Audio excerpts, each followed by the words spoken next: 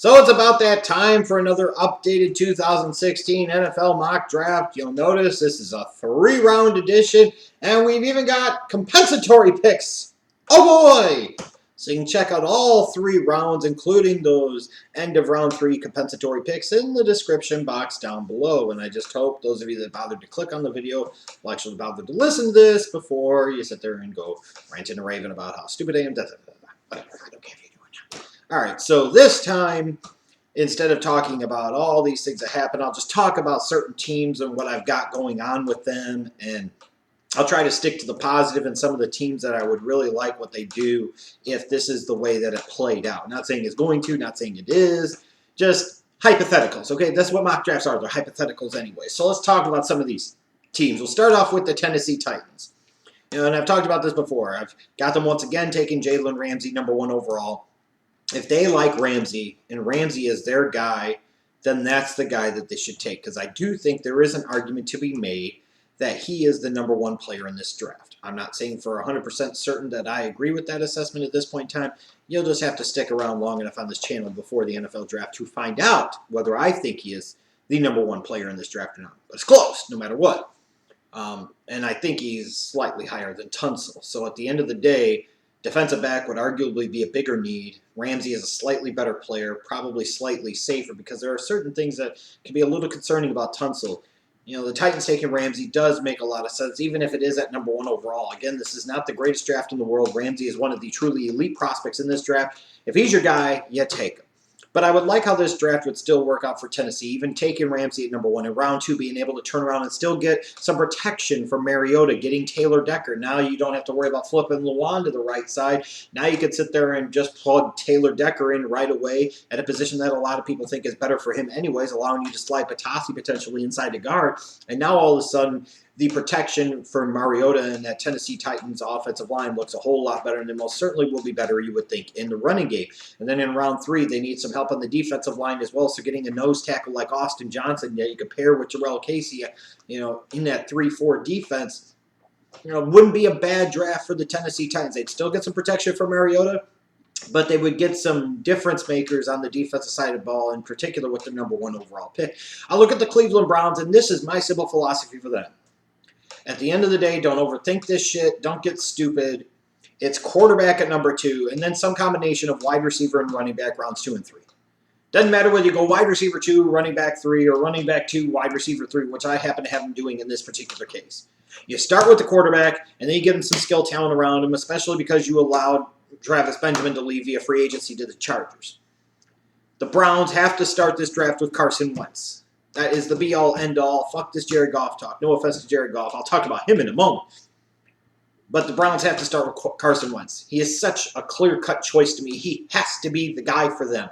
And then once you get him, you bring in a Derrick Henry, who could be that between-the-tackles thumper, that every down back, that allows you to move on from Isaiah Crowell and allows you to utilize Duke Johnson in that Swiss Army knife type of utility role that he's really well suited for. And then in the 3rd round, getting somebody like Rashard Higgins, perhaps one of the best route runners in this entire draft class, a guy with some real upside. Now you've brought in a young quarterback to build around with the right infrastructure in place in terms of the head coach and Hugh Jackson. Now you've bothered to give him some help. Now you've got a combination in the backfield of Derrick Henry and Duke Johnson. Now you've got Gary Barnidge at tight end. You throw in a Rashard Higgins into the mix. Things start to slowly but surely look up for the Browns organization, assuming they don't screw themselves in the foot, but they're the Browns, who the fuck knows. Then I look at the San Diego Chargers at #3, having Laremy Tunsil fall into their lap, I think is the perfect scenario for them. He is the player for them in this draft position. He is the guy that they've got to get. And in this case, if that happens, they will get him. And if they do get him, it is an instant significant upgrade to the protection for Phillip Rivers. It would help that team in so many capacities. And then being able to follow that up in round 2 early by getting Ryan Kelly, the best center in this draft, I think, out of Alabama. And you look at this, now you've improved the protection in front of Phillip Rivers twofold. On top of that, you've hopefully improved the running game by improving the run blocking in front of last year's disappointing 1st-round pick, Melvin Gordon. And then in the 3rd round, getting a tight end like Tyler Higbee from Western Kentucky. You need somebody now that Ladarius Green is gone to the Steelers, and you look at it from the Chargers standpoint, how much longer is Antonio Gates going to play? Now that long-term replacement you had in Works and Green is gone, this would be a solid draft for the Chargers. It wouldn't be a sexy draft.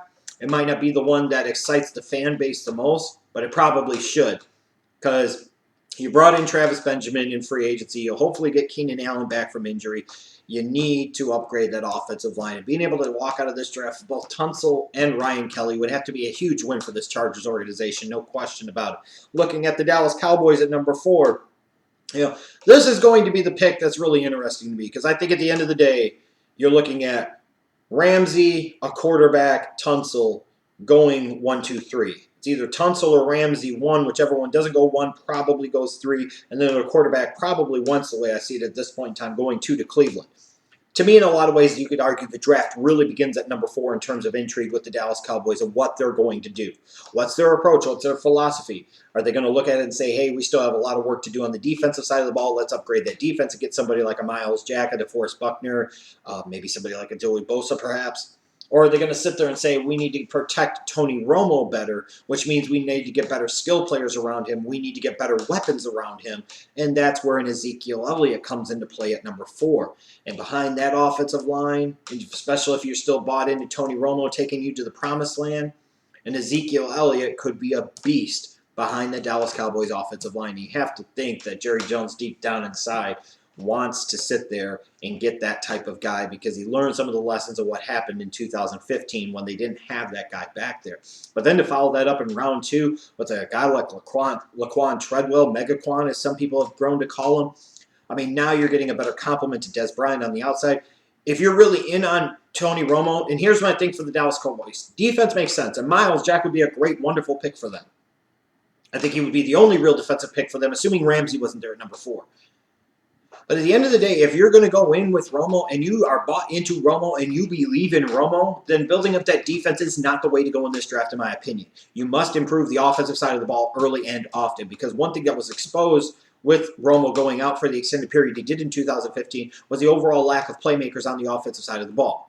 You have to get better on that side of the ball. And Ezekiel Elliott and Laquan Treadwell will go a long way to making the Cowboys a lot more dangerous on offense in a big hurry and doing a better job overall of protecting the franchise quarterback Tony Romo. Or maybe they say fuck it all and they go quarterback. They go at Jared Goff or Carson Wentz, whichever one is left.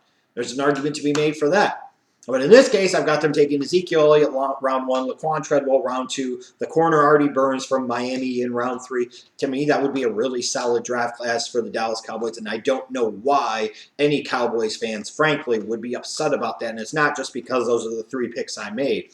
I think those would be 3 solid, sensible picks. That in particular, the first 2 picks would be devoted to the side of the ball they need to be devoted to, because if you're going to go with Tony Romo, you got to do a better job of helping him. You got to get more explosive around him. You just got to get better on the offensive side of the ball, period.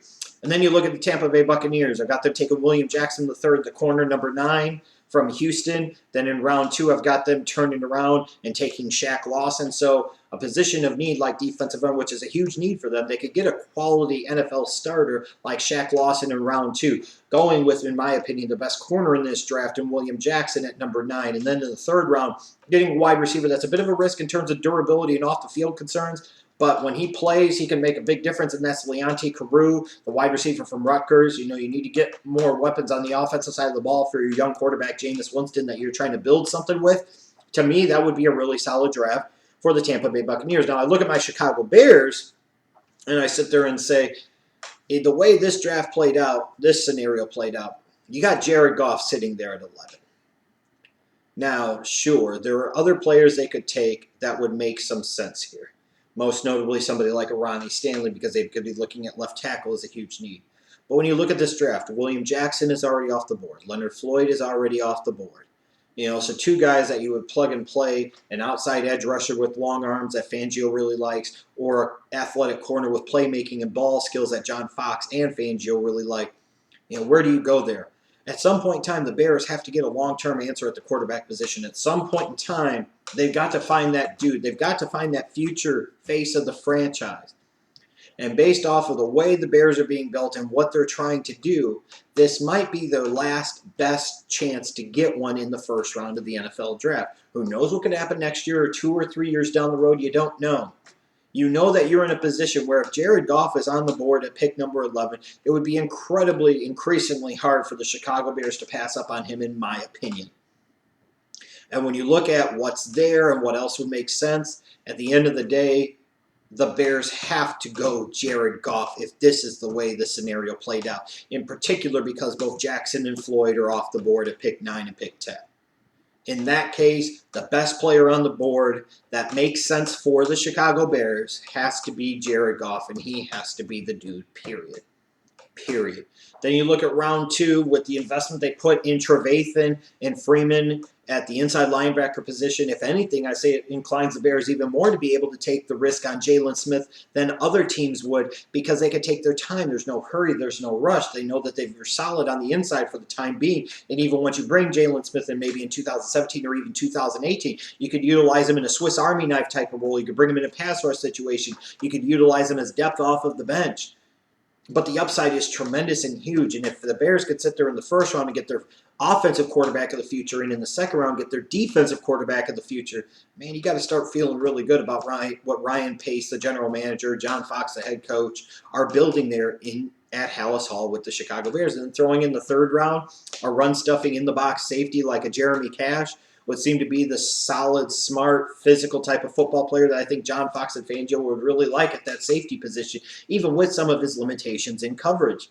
Another team that I think would do well in this scenario if it played out this way would be the Indianapolis Colts. You know, corner is a huge need. After Vontae Davis, they really don't have much. Now you get a Hargraves fall into your lap at 18. Man, he makes a world of sense to me for them. And then in round 2, you know, you got to protect Andrew Luck. You talk about offensive line. And one thing about this draft, yes, there's not really a lot of attention paid to the offensive line. But they need more in the running game. And C.J. Prosise would make a world of sense for the system that they run and what they would need out of him.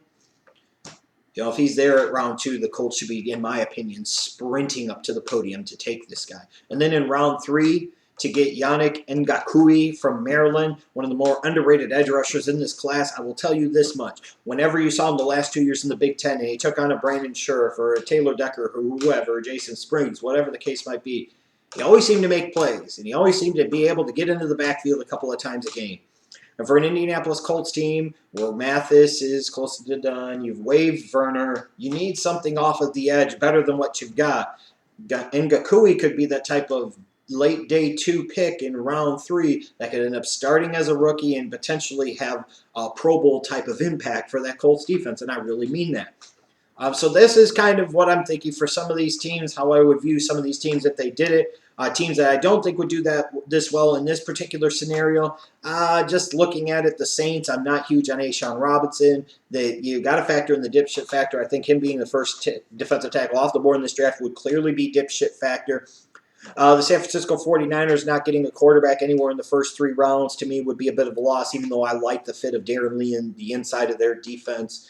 I just think they could do better. You know, for the Rams, while they sit there and get a guy like Corey Coleman, you know, in the way this draft played out, Mackenzie Alexander and Sean Oakman, they still failed to address the quarterback position. And I didn't intentionally set out to do that, mind you. It's just a combination of the way things played out, and in part based off of the Rams' own history. They probably believe in Case Keenum and Sean Mannion for all the fuck we know. They might not invest any picks in this draft at the quarterback position. Who the hell knows? And who the hell cares? So anyways, that's my mock. If you don't like it, well, fuck you. I don't care. But if you did, or you have questions or thoughts or concerns, feel free by all means. Let me know in the comment section, and I'll try as always to respond to any of them, as many of them as I possibly can. I'll be back with another updated mock draft next week. In the meantime, I'm really hitting the scouting reports heavy, and you'll start to notice that here on the channel in the next few days, so stay tuned for that.